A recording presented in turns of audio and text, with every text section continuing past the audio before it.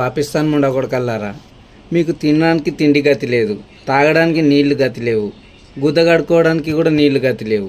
పీకడానికి వచ్చి తీటలేసి తోట పెట్టుకున్నట్టు చేసుకోరు ఎందుకురా? భారతదేశంతో ఎందుకు పెట్టుకుర్రా అలా చోట్లరా? ఇప్పుడు యుద్ధం చేద్దాం రండ్రా అని అంటేనేమో మీ పనులలో డీజిల్ లేకపోయే. ఏ గట్టిగా మాట్లాడితే ఆ డీజిల్ కూడా మేమే ఇవ్వాలరా? సార్ మోడీ గారు ఆ 2-3 బాంబులు ఏవో వాళ్ళ మీద వేస్తే వాళ్ళు చచ్చిపోతారు సార్. వాళ్ళు ఈడి దాకా వచ్చి చచ్చేటట్టు కూడా లేరు. ఇక ఆడనే వేస్తే ఆడనే చచ్చిపోతారు లంజగొడుకులు.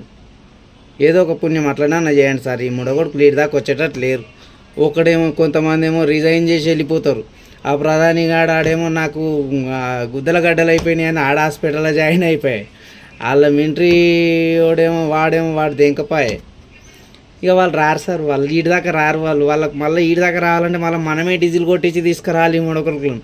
వాళ్ళు ఉన్న జాగాలని 2-3 వేసేస్తే అటే చచ్చిపిస్తారు లంజ కొడుకులు. తొందరగా చేయండి సార్, మీకు పుణ్యం ఉంటుంది.